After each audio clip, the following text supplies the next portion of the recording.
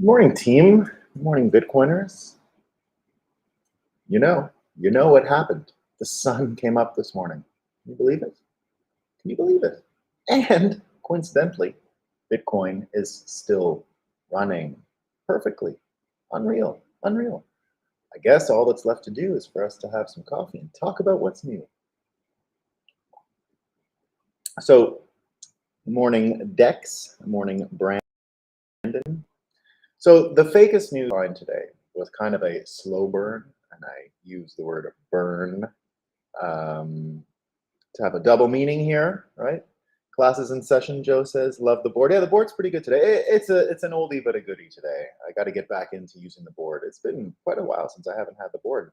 Happy to have it. Missing yellow and pink. Missing yellow and pink. So you see my brain here. Not as good as I usually do. Like the pink really makes a difference, and yellow inside of the energy usually looks really good. Makes it look energetic. Don't have those. I always used Crayola for those, and I had to wash them off after. So I'm still looking for a whiteboard marker of those colors. Really tough to find, but the Crayola ones work fine. So I just have to go buy some Crayola ones for yellow and pink. So the fakest news that I could find was a slow burn, as I said. And it was Doomberg, who we love, right? We love Doomberg. So Doomberg is the fella who started setting this fake news up for me. And if it wasn't for Doomberg, I wouldn't have known just how fake this story was going to be. So for days now, Doomberg has been signaling um, stories and planted stories and media narrative stories all around gas stoves, right? So he's been saying this is going to become mainstream news narrative.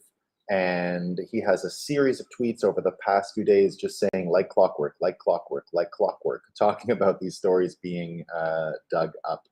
So the first one he has is that New York, in the case of New York State, Governor Kathy Hochul is now proposing that New York becomes the first U.S. state to ban gas appliances, gas heating, gas stoves, especially in new buildings. Bloomberg, for a few days now, has been talking about the heat pump stories, basically heat pump propaganda, saying heat pumps are the best. Everyone's got to use a heat pump. Muslim Bitcoiner, assalamu alaikum. What's up with Gemini Earn? Maybe we'll talk about that later. I'm pretty in the dark about that stuff. I don't really keep too close of a look at it, but I'll add some insight if it's helpful today. I do know some of the parties, and I think I can decipher a little bit about what's going on. Hopefully, it sounds and rings true to you guys. We'll see. So Doomberg predicting through his heat pump story that he published the other day that there would be this huge offensive and narrative slant against gas stoves. So you get that one. Now he has the one like clockwork because AOC says, did you know that ongoing exposure to nitrogen dioxide from gas stoves is linked to reduced cognitive performance? All right, so everyone's stupid, I guess, if you have a gas stove, is what she's saying. Senator Joe Manchin, who we always think is a really interesting fella. He's a Democrat senator from West Virginia, which means because he's capable of looking out for himself and his constituents, suddenly became one of the most powerful people in America because he was a person who could be used in a divided Senate to go one way or the other. And as a Democrat, he's regularly a person who exercises his own discretion and votes with Republicans. And we're going to talk a lot about that today because Joe Manchin is sort of from the future, right? He's sort of from the future. And here's what he's saying. This is a recipe for disaster, talking about the gas stove burning. The federal government has no business telling American families how to cook their dinner. I can tell you the last thing that would ever leave my house is the gas stove that we cook on.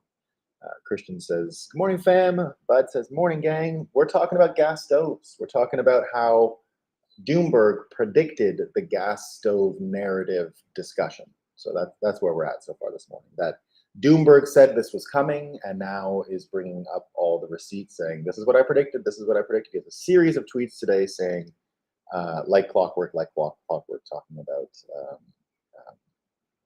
AOC and the others. He calls this the year of the heat pump and talking about how the heat pump is going to continue to be promoted. Now, my parents in Quebec do use a heat pump. A lot of the homes here in the Caribbean use heat pumps for air conditioning, actually. So you shouldn't think of it in this case as a heat pump. It can be both, right? You can use them for air conditioning. So widely used technology. And he mentions how it's been promoted for years and now is getting that extra amount of narrative push it is simply because it jives with mistakes policymakers have made with regards to our entire energy system and our supply of natural gas and all these other things. Of course, it is America, one of the big suppliers to the European deficit of natural gas. So America definitely selling a lot, and looks like we might need some, so other people are mitigating those needs now. So interesting story, and keep it in mind as we move on. So the theme today that we're going to get into is this USA Inc. versus the United States. And this is that narrative that we like to talk about on the show, that more or less America got frozen in its World War II standing because it was so appropriate to fight the Cold War that came after. But basically the confluence of corporate interests, media interests, and political interests aligned World War II in a very successful way. The Federal Reserve blocked period and became the institution we recognize today as the foremost policymaker for global economic policy. That's when the US dollar really found the form that we recognize today. Of course, before World War II, it was the global reserve currency, it was still gold backed. So it wasn't quite under political control and was only really created around the time of World War I. So it didn't have a long track record by the time World War II came around. And how it was altered during and after World War II is really the world we're in today. So looking at this structure of how media, the presidency, the executive branch, energy and military I tied together here, as we've seen the petrodollar and the deployment of the US military regularly coincides with American energy interests, right? So we're not going to come here and expressly state why certain wars in the Middle East happened the way they did and say that it was just because of energy, although it looks like that's the case. We don't need to prove that. We just need to prove that the order that Peter Zahan, for example, was discussing on Joe Rogan for a long time, that was instituted from American dominance of the seas, allowed for the petrodollar to be the only market really for energy and money, more or less. So from there, you ended up having this really neat order. And this is what's coming into contrast today. It's the order of things. And what we saw in the past few days, this is my little emoji for Congress. I think this is my best Congress emoji I've ever made. I really like this one today. So this is my Congress emoji. What ended up happening in this USA Inc. organization is these institutions, to win the war and whatever changes were made in order to deploy for World War II, as we've said here, became crystallized and never got turned off. As I like to say on this show, we never turned off the aircraft carriers. We never turned off the ships that won World War II. We never turned off the bureaucracy that won World War II. We just kept the same machine running. And now we are dealing with the entropic results of that machine continuing to run. So the gas stove story that we led off with, just to catch Steve up, gas stoves are bad and you shouldn't use them, exactly as Dex said. The gas stove argument really shows this happening all at once in one story. And that's how Doomberg was able to predict it, I think. Part of what we do on this show is make predictions in order to, as I always state, if you make a prediction in a time and the prediction comes true, there's a good chance the worldview you based your prediction on when you made it was accurate. Therefore, you had a good read on the world around you. And that's really important to track in this time of change. The people who are able to navigate this really well are the ones, and the ones who are able to predict really well are the ones who we should follow and listen to, because it looks like they have their wits about them a little more. One of the reasons I explained that Bitcoin 2021 was such a big deal, when Bitcoin Magazine was the first media organization in the world to go and put a live event on in the middle of COVID. And Florida was chosen as the location. And a lot of people were still hesitant at the time. And the argument that I always made around that event was simply this: Bitcoiners were the least confused, the least bamboozled, the least disoriented people around COVID, right? The COVID argument and everything that happened around COVID, forget the virus for a second, right? Forget the virus for a second. A lot of people in Bitcoin predicted major change coming based on what was going on in the economy in 2017, 2018, 2019. They predicted major change that would require the Federal Reserve to act in an unprecedented way. COVID came, so the reason why you didn't see so many Bitcoin and crypto people bragging in 2021 about understanding the world was because there were still body bags and there was dead bodies, right? So not really the environment you want to go and brag and say, I told you so, we knew what was coming, we knew what was right. Again, Bitcoiners not arguing they knew a pandemic was coming. That's what kept them from yelling from the top of every mountain that they had predicted what was going on with the Federal Reserve, even though some people definitely did and didn't worry about the dead bodies, which I think is totally appropriate, right? So you're allowed to say if your predictions are right and you can do it proudly. But what you saw with that many Bitcoiners meeting in public really was a sign that Bitcoiners' worldview was the least discombobulated in the world. They were willing to go meet in public. And if you were there in 2021, there were 12,000 people indoors with no mask. I didn't think people were ready to do that kind of thing beforehand. And seeing it live was really encouraging to see that that many people were able to manage their own risk, not be afraid, despite all that had been going on, despite not seeing any of your friends for a year. People were able to come, meet them, and act like everything was pretty normal. So that was a really amazing thing. So that's why we always have to pay attention to people like Doomberg, who predicted this days ago, right? Weeks ago, even. And when he brings the receipts this way and says like clockwork, and is predicting what people are actually saying, right? All he's done, in my opinion, I mean, it might not be exactly this formula, but he is basically just like this coordination, right? He's saying, well, there's some economic interests related to energy and the military and everything that's going on in Europe. The White House has made certain executive branch decisions. So if you saw this just a couple days ago, it was discovered how many jobs and how much energy was wasted or not tapped into because of the rejection of the Keystone Pipeline on day one of the Biden administration. I don't have the numbers in front of me. I copied it and put it into one of my files the day it didn't come up on the show for whatever reason. Sometimes I skip over some stories that I think are interesting just because they don't fit. But that was one where they actually highlighted how many jobs have been lost. It's a significant amount. It's like tens of thousands of jobs and a significant amount of energy. More or less, we would have no issue right now in the Northeast or whoever else is struggling with natural gas. So this whole argument here that it's bad for the environment and all, and bad for your health, and I'm not a scientist. I don't know. I know anecdotally I've used a gas stove regularly in my life. Have one now. Have one in Vermont. And, I like making steaks. I don't really know how to make them without an awesome gas stove. So there you go. I'm not changing my gas stove anytime and think I can manage the risk, and I'm not too worried about this stuff. So, that's just one of these examples. But when you see the top-down nature of the way this World War II ship was constructed, one of the obvious signs were Congress and congressmen and senators were certainly subordinate to the executive branch, right? We really saw things in a hierarchical term, and that was natural. The president was above Congress and the Senate, but that absolutely was not always the case, right? Go back in time. The presidency that we understand and recognize today, the way the job is practiced, was invented by Teddy Roosevelt. Before that, the presidency, other than the anomaly, which is Lincoln, which we're not going to talk about today because he is an anomaly, right? But the entire country, from Washington on, the president was not this go-getter who gave speeches to win wars and all that stuff. It was sort of a semi-royal position. You put your feet up, you kick back, you chilled out. You didn't get too involved in stuff. You were not really there for that.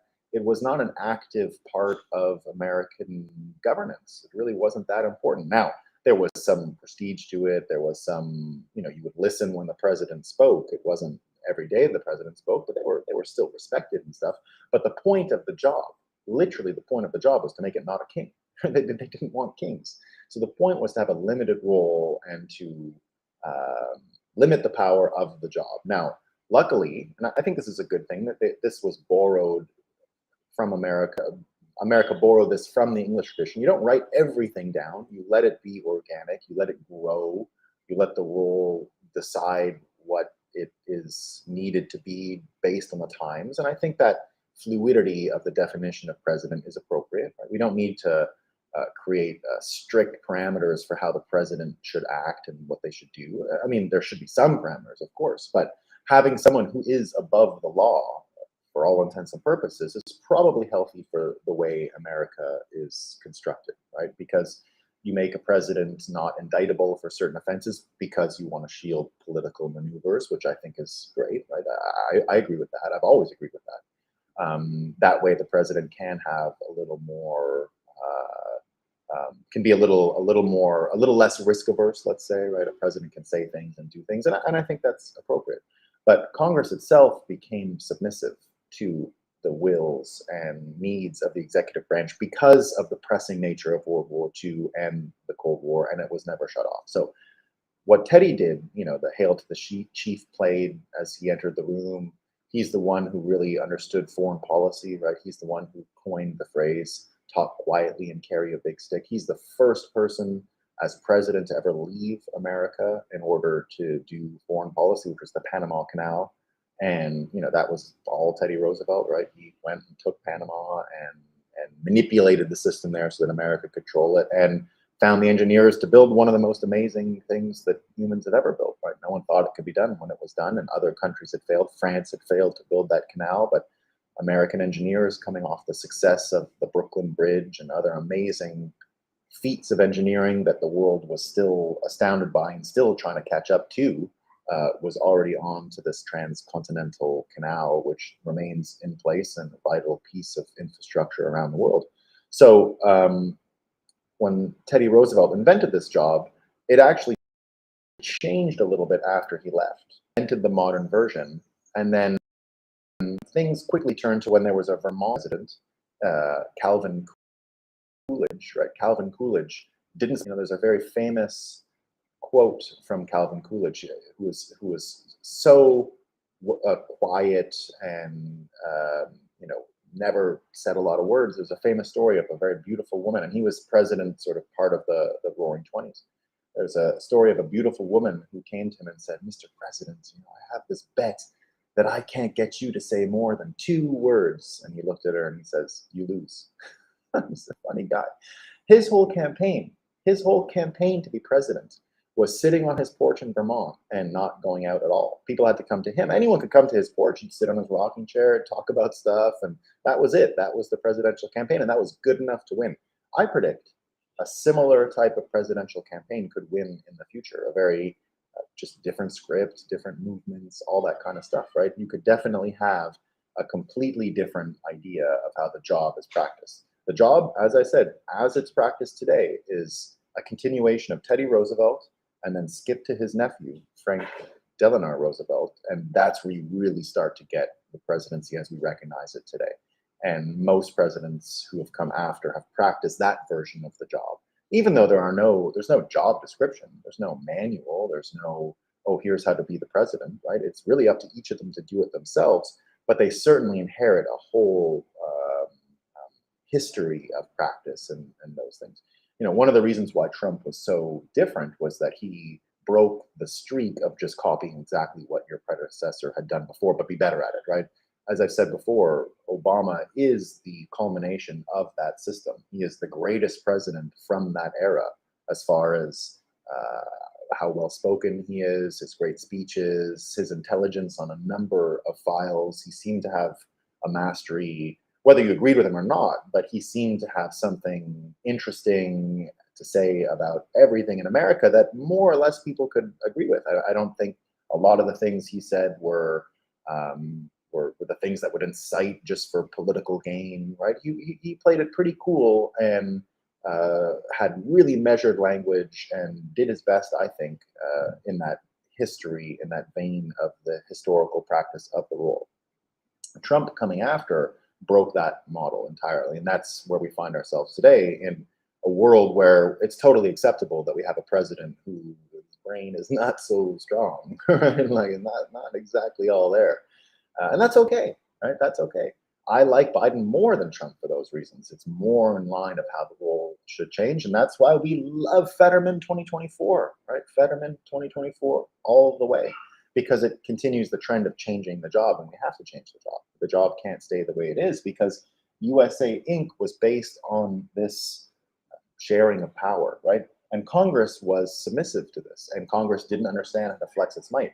If you go back in time again to that period between the Civil War and when Teddy Roosevelt was there, they call it the Tammany Hall period in American politics, when Congress really did run the place, and the congressmen themselves were much more powerful. Now, they were super corrupt.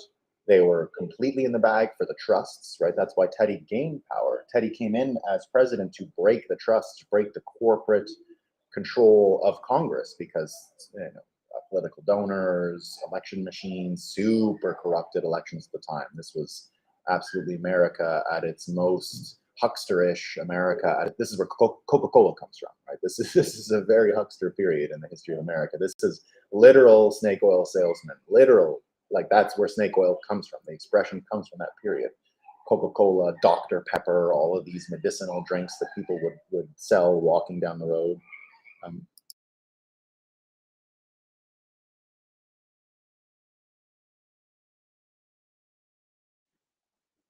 Make sure the sound is still working.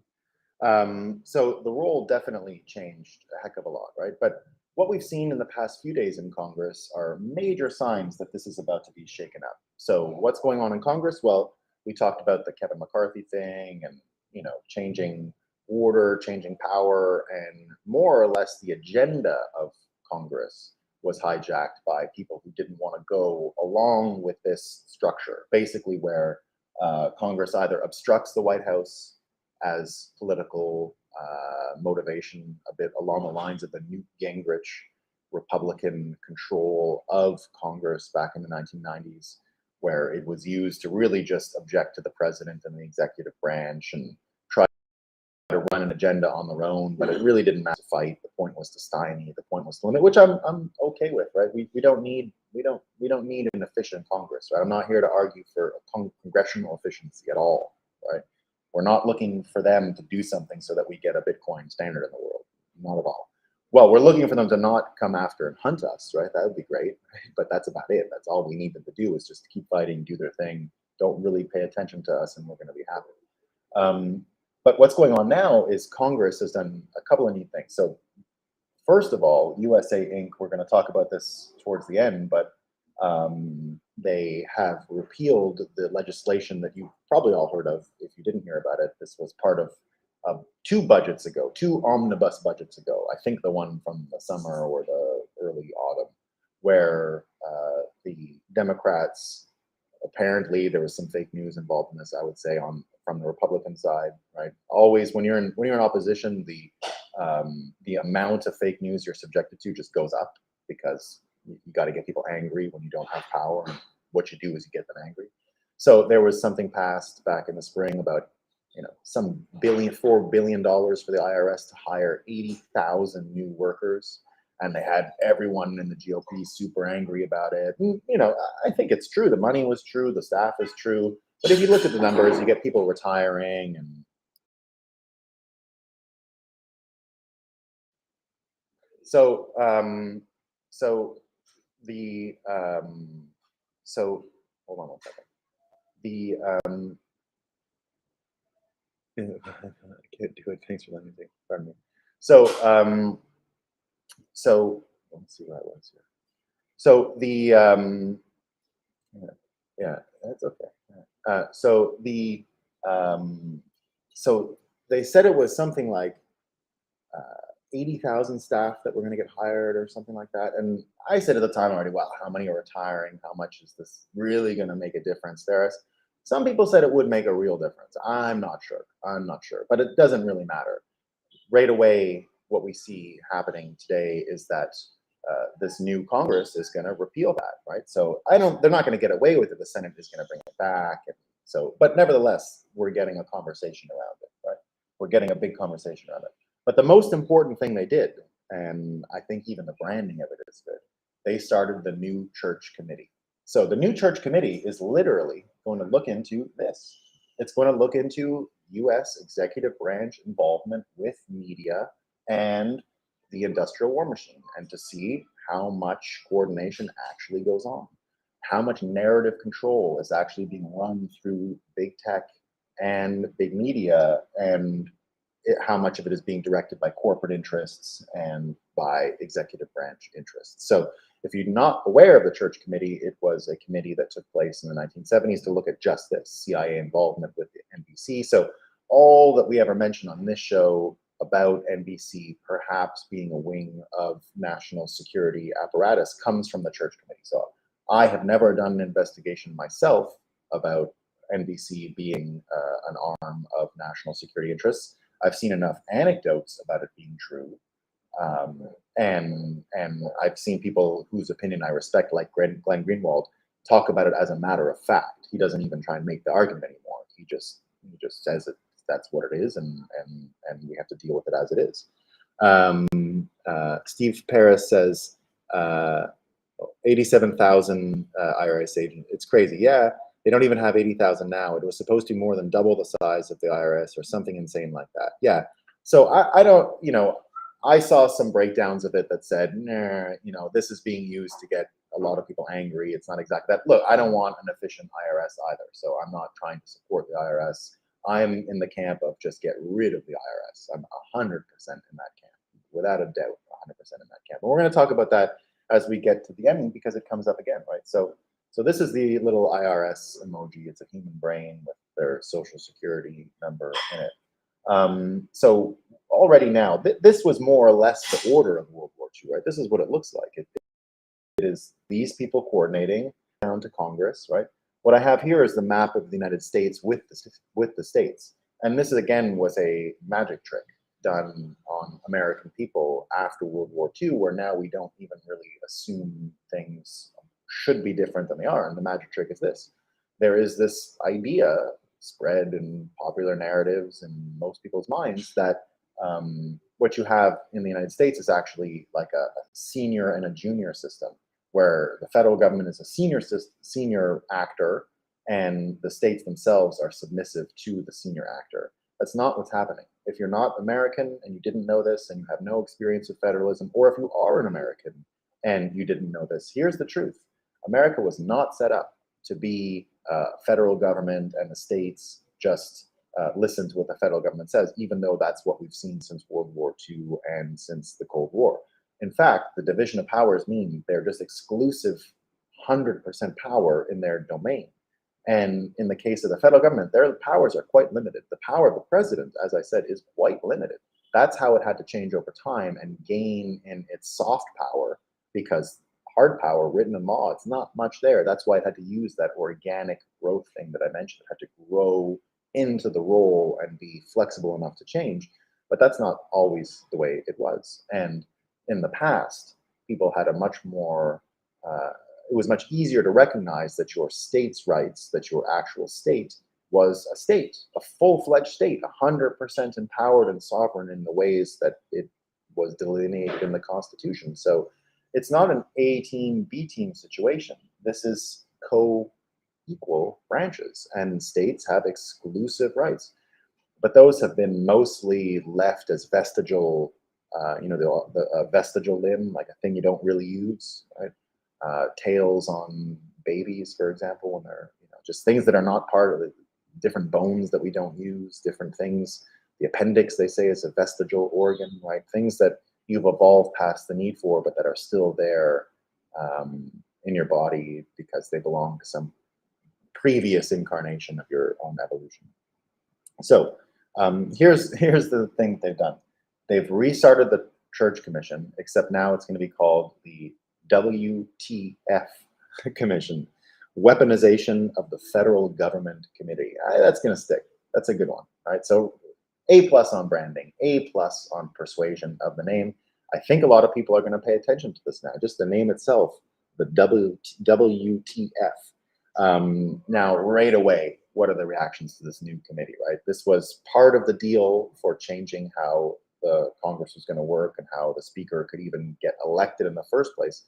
He had to allow this kind of thing to happen, had to allow individual congressmen to do this. So we've already seen the results, right? Just yesterday, as I mentioned with this IRS bill, it was on one page. It did something simply. It wasn't part of an omnibus. It was just a bill that any American could understand. Fund the IRS or don't fund the IRS. They said don't fund it.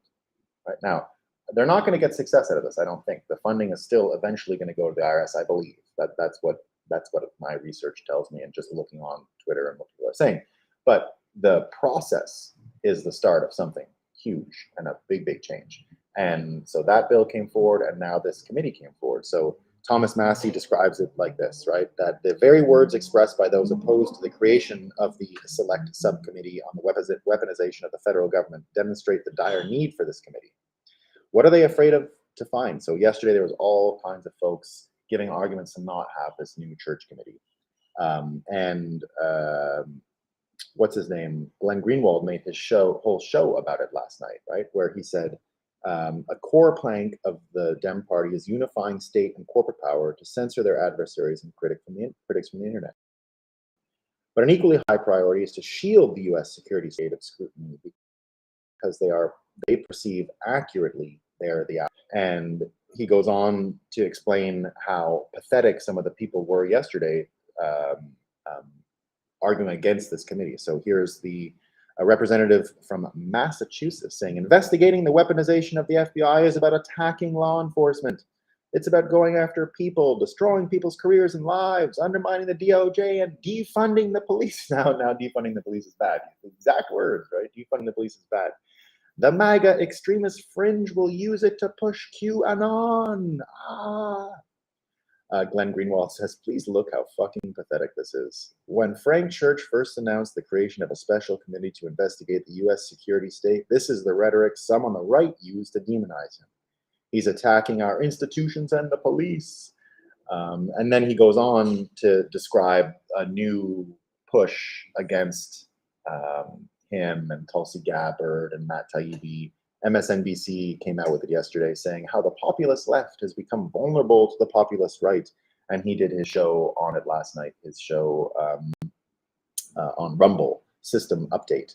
And all about this MSNBC article trying to tie in populism from all ends, saying, oh, it's the worst thing, especially if these people are together. And actually, none of them are anti-war, right? That was the whole thing. They're not actually anti-war. And then, of course, MSNBC running cover saying it's not, this is the former, they always get, this was another one of the 51 liars, right? They still bring these people out onto TV. So the former Homeland Security Secretary said, it's not just the absurdity of the politics here. This type of overheated rhetoric does lead to real and dangerous consequences. So another person getting so upset that this is happening, that we're going to look into the coordination of this, right? Looking into this apparently can't be done.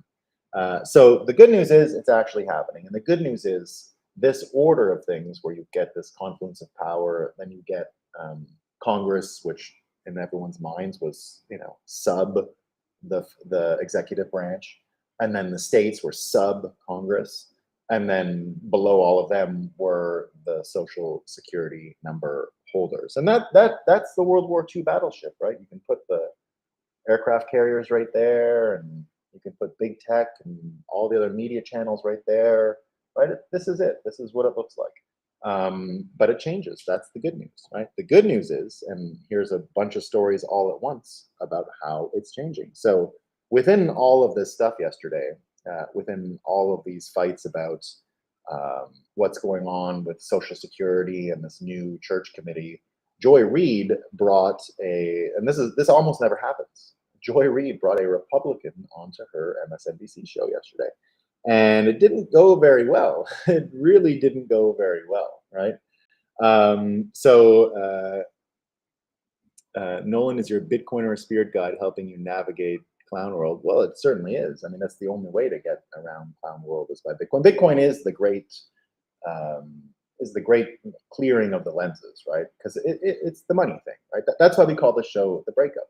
The breakup is because when you're in a relationship, a psychologically based relationship of love, need, codependency, whatever it is, very hard to take a step back and see what's going on. That's why we don't talk on the show about trying to get you to buy Bitcoin. I've never been a person who told people to buy Bitcoin, right? I mean, I'll say it euphemistically, buy Bitcoin, right? But I'm not like, you gotta buy Bitcoin, because it's not enough. It won't do it. You have to understand why you're buying Bitcoin.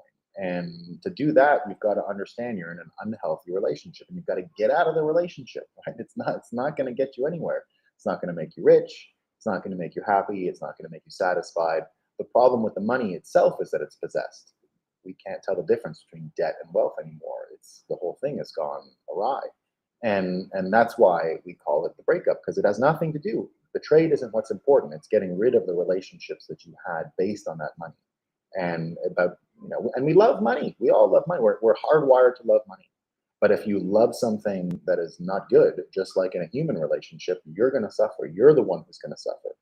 Loving something that is reciprocal gets you into the magic part of living your life well. So that's why it's not enough to trade. It really is a mindset. And that's why we call this show The Breakup. That's why we try and take a psychological look at what's going on, because it's not math. The numbers are there. It's all about numbers, not math. Not math, right? Which is not always intuitive. So what happened is this Byron Donalds congressman was invited onto the MSNBC show with Joy Reid. Now, it has to be said, I wish I didn't have to mention this fact. Color of the skin of Byron Donalds is important. It just context of the story, right? That's the world, the unfortunate world we live in. I wish it didn't have to. I wish we didn't have to talk about it. I wish it wasn't a point. He was a black guy. So he was a black guy who won on the show, and Joy Reid was saying, "Are you token?" And he handled himself really well. He took those, I think, insults. Like, I would be really insulted if I was told I was a token. So he handled that well. But here's where he got a really good counterpunch, right? And remember, Joy Reid is the person who said that the word inflation was invented by Republicans. She said that in order to bamboozle the population into being afraid. By more or less her words, right? So very clever woman, not the greatest on the morality side, I would say. But who knows? I don't know her personally. So, but we can tell, right? So one of the things, talking about a spirit guide, right? Christian asked that question, spirit guide to navigate clown world. Yes, but there's one part of it, and I'll tell you where Joy Reid goes wrong here. And this is sort of the weird deal we all have to make in this time in Bitcoin and the way the world is changing. And I don't know why it's that way, but it seems to serve me well, and I'll share it with you.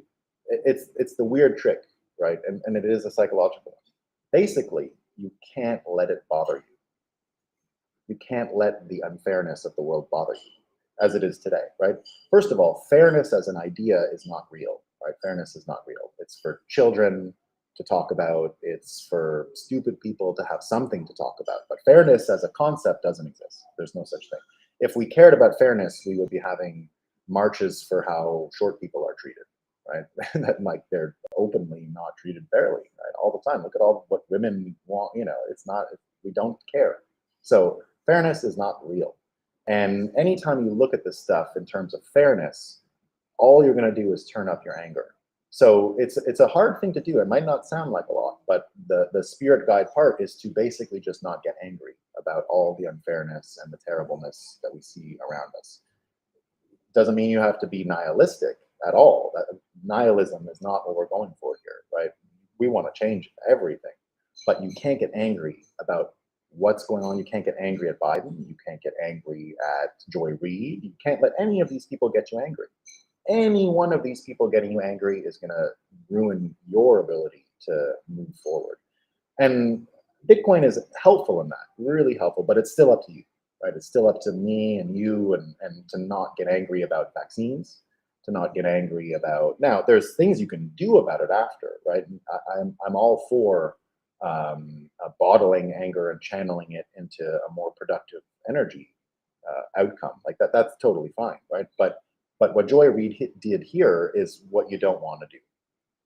And it's a really good sign when people fly off the handle that they're losing it, right? So that's why we have to always stay calm and patient as Bitcoiners and not get angry about the unfairness in the world around us. It's going to change. What happened yesterday with Byron wasn't that. So exploded and started yelling at this guy, not true, not true, not true. Over and over when Byron Donalds explained that Social Security, the whole system here that I mentioned, is insolvent and will be finished soon, right? So this is an uncomfortable truth that a lot of people just simply don't want to talk about, right? So he said that Social Security, remember, he was brought on as this guy who was supposed to be there. Oh, you're a token. How do you feel about being a token? And then they started talking about some of the bills just because they, he handled himself so well on the token questions. They brought up this Social Security thing because that was, the IRS question, right? Wow, what are you doing with the IRS? You voted for a church committee, you're a token, and now you're going to not hire any more IRS agents. What are we going to do, right? So Byron says, well, we're on a path to insolvency.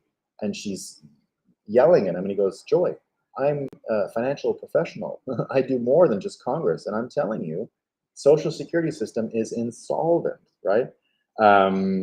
She just kept going on. It's not true. It's actually not true. I mean, it's too much for her mind. So I hope one day she doesn't get so angry and takes a look at the numbers, and maybe we can hope she has an epiphany and realizes it's a big scam. But we're not going to hold our breath on Joy Reid. It would be great if she did. We would love to have her on our side. We'll bring her to Bitcoin 2023 if she suddenly gets into Bitcoin, right? But she's not one of those ones I would welcome if they weren't already a Bitcoiner, put it that way. So now think about this system, right? It went like that, and now the thing we're trying to build here, right? The thing we're trying to build, and we're seeing the pieces come in, right? We're seeing the actual pieces come in, which is you get the IRS question, people talking about it, the church committee, people talking about it, this whole thing in sudden flux, right? People even questioning why are we paying taxes if the thing isn't funded, if we are going to have a major problem. But now just look at everything else going on in the economy today, right? So you get Wells Fargo, all right, Wells Fargo, mortgage giant, shrinking home lending businesses, Wall Street silver on it. One of the biggest signs you will ever see that we are entering a huge housing decline. Wells Fargo sees it coming, and they are dramatically reducing their exposure and preparing to ride out the storm. Bag holders for bag debt and mortgage bonds, the Fed owes $1 trillion. Now, the Fed Reserve itself going on record yesterday contradictorily. We had Powell saying something that we're not going to overshoot, and then you get Bostic yesterday saying it would be fair to say that the Fed is willing to overshoot. So more or less, they don't care what's going to happen to the economy. They can wipe out a bunch of jobs. They're going to fight inflation this way. Maybe it's true. Maybe it's true. Sven Henrik, the Northman trader, said, nice how the Fed is willing to have you lose your jobs knowing their own are secure no matter how much damage they inflict on the economy or how wrong they are. I don't know if you guys were on Twitter yet this morning. All anyone's talking about on Twitter today is the price of eggs. Where can you get eggs? How many eggs are left? What's going on with eggs, right? So this stuff is coming, and I've seen a few people share Twitter videos. We predicted this on this show a few weeks ago. You're going to see more of this. Mothers and fathers at the grocery store, embarrassed, right? Not just angry, not, anger, as we talked about here, corrosive, right? Embarrassment, in this case, really powerful, really effective. Parents embarrassed about what they're bringing home in terms of bacon, actual bacon to feed their family, really embarrassing stuff, really hard to come back from. And then lots of people now talking, just from that Joy Reid segment yesterday, other people talking about it. You get Bloomberg Markets yesterday. U.S. and state local pensions funds unfunded liabilities climbed to 1.45 trillion this year. Northman trader again saying, the deeper you dig, the more obvious the fragility of the debt-financed economy that make the notion of higher or longer a mathematical impossibility. And just to add a little chef's kiss to the destruction we see around us from the Federal Reserve and all that stuff, well, looks like Goldman Sachs is going to be laying off thousands of employees today. Today it happened. So we are not giddy about people getting laid off. We don't like it in any case, even if they're working for Goldman Sachs. I still think that catastrophe could be in store for our conversion to the system if we can't keep the job numbers strong, right? For now, having a huge dip in that is going to be messier than I've predicted. So we don't want to see that. We don't want to see that. But what's the good news? Is there a sliver of good news, right? So we get a whole, questioning of this order. Well, how do we make sure we can institute this order? How does this actually become realized, right? We all understand Bitcoin. What I'm trying to draw here is not the top-down order based on the confluence of these powers and the subjugation of these entities. What I'm trying to say here is the empowerment of the individual from this can manifest much more effective institutions along the lines of communications, security, and I use this as all political institutions, sort of put them all together. Well, how does it happen? Well, here's a new video, Figueroa, Kinetic Finance. And I shared this on my, but it's an amazing thing. And I'll read his tweet, and you should see the video. Bitcoin mining revolutionized the 165 billion disk market and eliminate millions of tons of CO2 in the process. One Bitcoiner is building digital boilers that replace heating systems in a whiskey apartment building and more.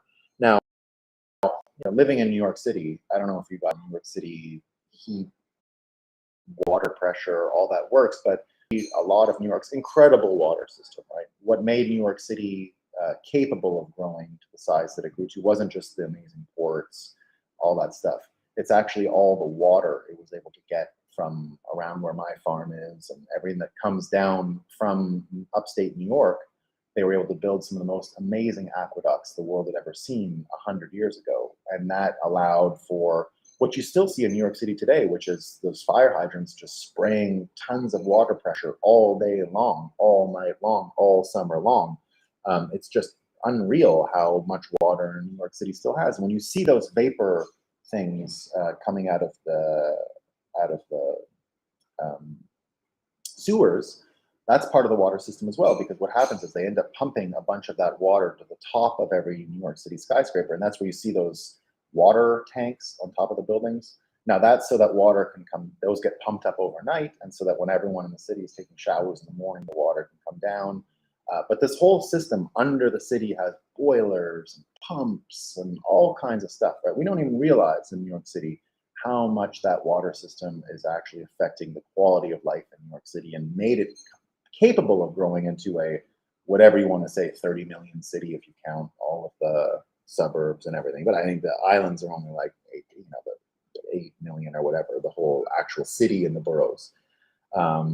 That's what allowed it to grow to that size and capacity. So when you start seeing systems like this, which could so easily just step into the role of these huge water systems that New York has naturally, but now could be done elsewhere, where they don't have the natural benefit that New York City has with that incredible northern clean water source.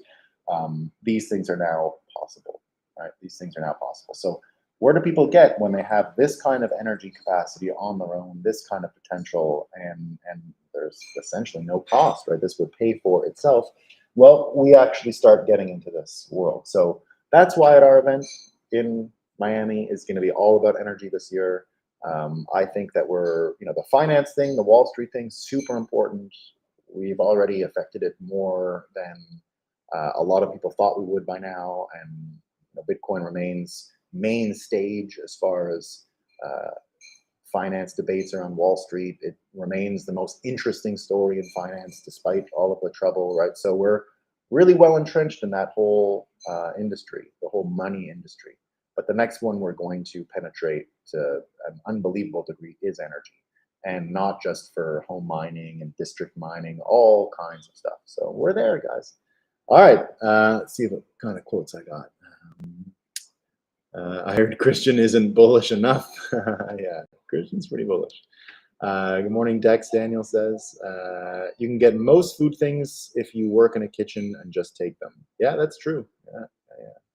I've worked in lots of kitchens. As a law student, I worked in a retirement home in Waterloo, Ontario, and got to take lots of food home there. And I worked in a lot of restaurants. I was a big taker of food from restaurants. Justin, that video was incredibly well put together. Thank you, and summarizes the case for mining in a way that is consumable for normies. Thanks, Justin. I hope so. I hope it does. Made for great imagery in Taxi Driver. Yep. What was that video again? Which video? Oh, on my Twitter feed. and it's by a guy I've never heard of him. Kinetic Finance. I don't think I have. Julian Figueroa. The steam coming out of the no, the steam coming out of the sewers is just New York City. That wasn't a video, but it was the same system that I was referring to. The system he's talking about here, which is the district heating market, right? In my mind, that's what came to. I think he's English, so I think he's English, right? I think Julian Figueroa is talking about something in England, and district heating. I see that as the type of huge systems that would come into New York City, and New York is just blessed with the water that it's blessed with. So probably wouldn't need this system in New York City, but places that aren't and can't have these incredible boiler systems of water and all that. This looks like a really good pivot. Maybe it would belong in New York City too. I don't know enough about these systems to say one or the other. I just saw the way the video was cut impressed me, and to me, it bookends what we're talking about with the gas stoves really well, right? So that's where I find it. All right, team. I got a few things to do this morning. Glad the board is back. Missing, as I said, pink and yellow. We're gonna get them. We're gonna get yellow back in our lightning, and we're gonna get pink back in our brains. We're gonna be all set up. It's gonna be great. All right, team. Peace. Oh, Steve says, I know, I didn't mean to take you off track. My comment before about the steam coming out in the sewers. Oh, it was great visually in the movie Taxi Driver. Yeah, exactly. Yeah, precisely. Sorry, Steve, I didn't understand. Great in Taxi, and not so great when you walk through them in real life. One of my friends is always like blew up once because of them. He was right by the Flatiron, and it couldn't go home.